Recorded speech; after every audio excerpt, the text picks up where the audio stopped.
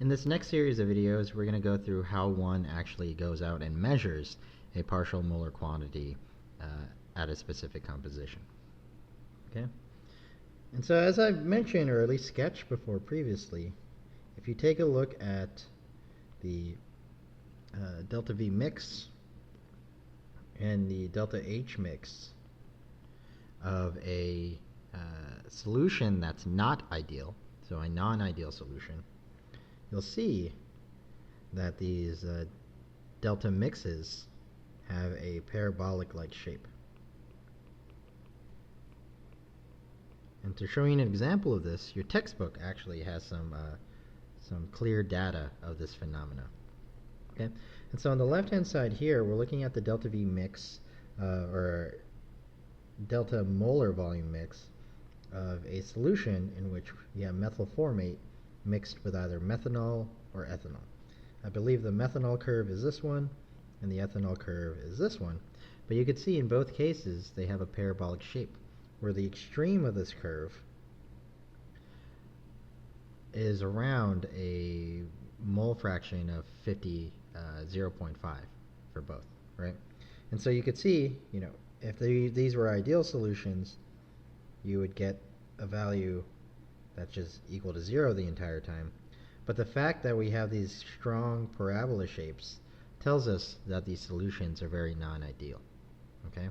Similarly, if we take a look on the right here, we have mixtures of benzene mixed with aromatic fluorocarbons, where they're made up of carbons, fluorines, and some other atom.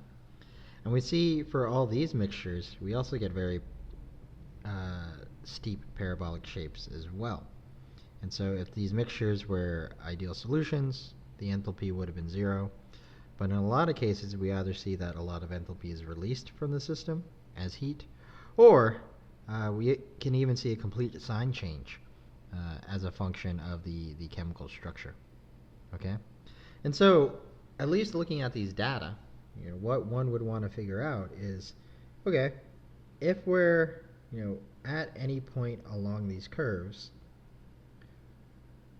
we know that the species in this mixture, they have some sort of effective volume, their partial molar quantity, or they have some effective enthalpy as well that leads to these sort of parabolic shapes. And so what we're going to look at in these series of videos is we're going to look at how using these delta M mixed data, or if we had some sort of analytical model to describe a delta M mix. So let's say we fit those curves to like a polynomial or something. What we could do is we could then determine the partial molar quantity at that specific mole fraction value.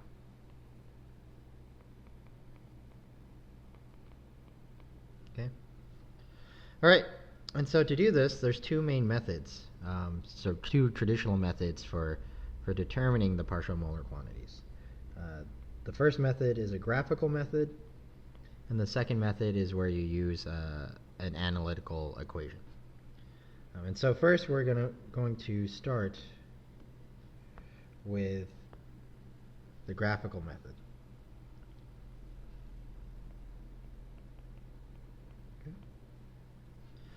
All right, and so to go through this example, what I want you to consider is the mixing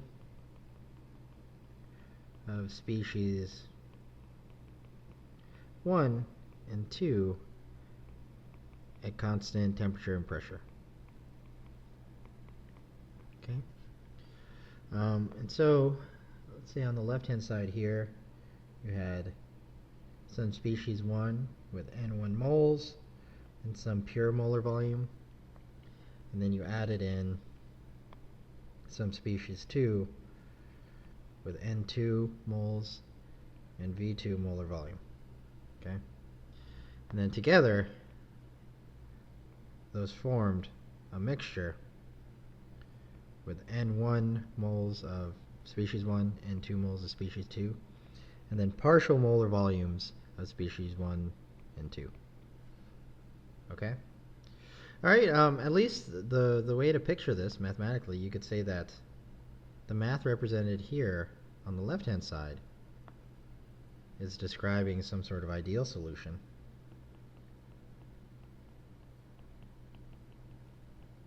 But in the right, and so that's why you have the pure molar components here. Now on the right-hand side, what you actually have is your actual mixture, your actual non-ideal mixture, in which the partial molar volumes of each of the species are represented by these V bar things. Okay? All right, and so if we took a look at the change in the total volume of the mixture, once again, that's just V of the actual mixture minus V of the ideal solution, or predicted by the ideal solution, so ID. Okay. We know from our discussions before that the volume of the actual mixture, which is just two components, is equal to Ni times Vi bar, and that for the ideal solution is Ni Vi squiggly. Okay? If we expand out these summations, what we get is N1 V1 bar plus N2 V2 bar minus N1 V squiggly plus N2 V2 squiggly. What I'm then going to do is I'm going to factor out N total from the entire right-hand side, and so that will just convert all these things to mole fractions.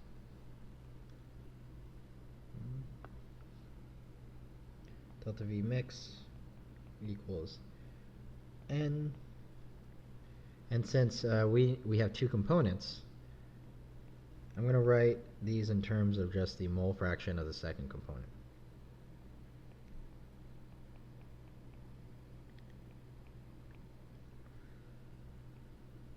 And the reason I'm doing that is a math reason, and that will come up later.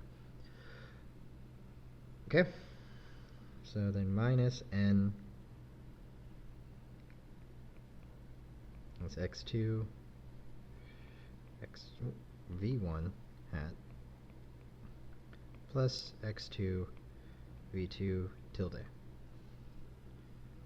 I'm now going to combine like terms. So things multiplied by 1 minus x2, I'm going to combine, and things only multiplied by x2, I'm going to combine. I'm also going to divide both sides by n to turn this into the molar volume.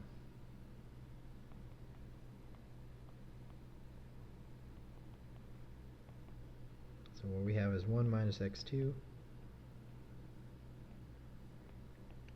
1 plus x2 v2 minus v2 squiggly. Okay? Alright, so we have an equation, but in our equation we have two unknowns still. v1 and v2 bar. Everything else is something that we could actually either get from measurements or something. So like this delta V mix, this is something that we measure. That's what the data are on this right-hand side. The pure molar volumes for the pure species 1 and species 2, that's something we could just look up, and that's something we would know just from the pure species systems. And then x2, that's just, we need some prior knowledge of the composition of our system. But let's say that's something we have. But the molar volumes, that's something we're trying to determine. And so we have two unknowns right now, and so that means we need another equation in order to determine all those unknowns. All right? And so to get that other equation, what we're going to do is we're actually just going to take the derivative of delta V mix.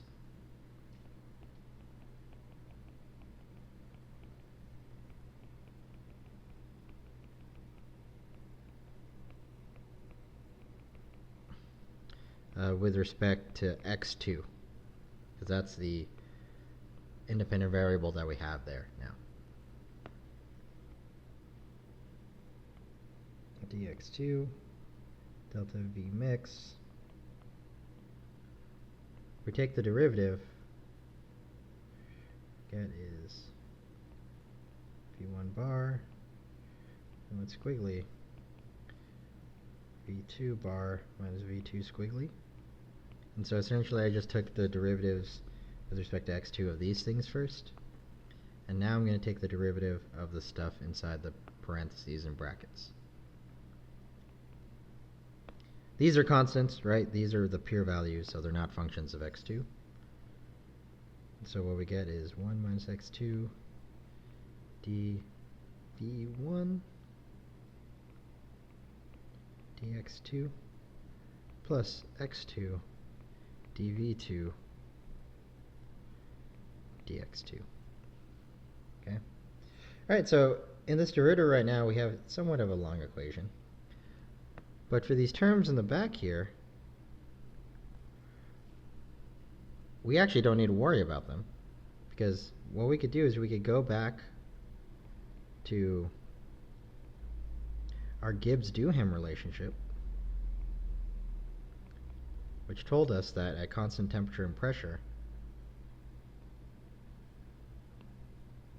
the sum of xi times dm property I, that sum is just equal to 0. And that's essentially what we have here, right? 1 minus x2 is x1. So we have x1 dv1 plus x2 dv2. And, we just divided both sides by dx2. But 0 divided by dx2 is also still 0. In any case, from this thermodynamic constraint, we could actually just chop off that part of the equation. And so we get that our derivative is just dx2 delta V mix equals V1 bar minus V squiggly plus V2 bar minus V2 squiggly. Okay? And so, if this thing up here was equation 1, I'll call this equation 2. And then what we could do is we could combine equations 1 and 2 to get rid of V2 minus V2 squiggly. Okay? And so by doing that, what we get is V mix squiggly is equal to V1 bar minus V1 squiggly plus x2 d delta V mix dx2 at constant x1. Okay. All right, and so we have this equation here. It's a somewhat interesting looking equation. But why did I write it in this form? Okay. Now the reason I wrote it in this form is because, once again, we're trying to determine what V1 bar and V2 bar are from data. And if we take a look at the form of this equation, you'll notice that if our independent variable is x2 and our dependent variable is this delta V mix, which is what we measure, what we have here is a linear equation, right? Or a slope equation. So this is the independent variable. And then here, this derivative, that's describing a slope. And then this thing here, this is describing an intercept. Y-intercept at x2 is equal to 0. Okay? And so that's essentially what this equation is telling us. All right? And so how do we utilize this equation? Okay, so if we go and take a look at another plot from the textbook, it actually kind of shows us how we would apply this equation. And so we're looking at a mixture of water and methanol, and the delta V as a function of the mole fraction of water. Okay, and so in this case, I believe mole fraction of water is going to correspond to component A. Okay? All right, and so let's say we looked at a delta V value at 0.5, okay? And we wanted to figure out what the partial molar quantity of the water is and what the partial molar quantity of the methanol is, okay? And so at that data point, we would not only use the value of delta V mix, but we would also look at what the instantaneous slope is of that delta V mix as well, right? And so that's known as constructing a tangent line, okay? And so based on that slope and that value of delta V, you could construct a line that looks like this, right? That touches the curve in one spot, right? And so if we go back to our equation, once we have the slope at that part of the line, right, and we know the x2 value, and we know the delta V mix value, knowing those things, we could determine what the y-intercept of our line is. And once we have the y-intercept, so on this plot, it would be this thing right here. Once we know the y-intercept value, we know that that y-intercept value is just equal to the partial molar quantity V1 times the pure molar volume of species 1 as well. This is something, this value right here is something that we could just look up. And so if we have that value, then we could determine our partial molar volume like that. All right, and so that's at the y-intercept where x2, or your x value, is equal to 0.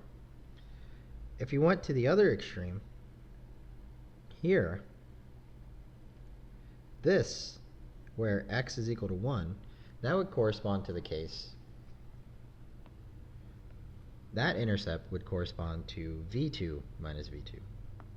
So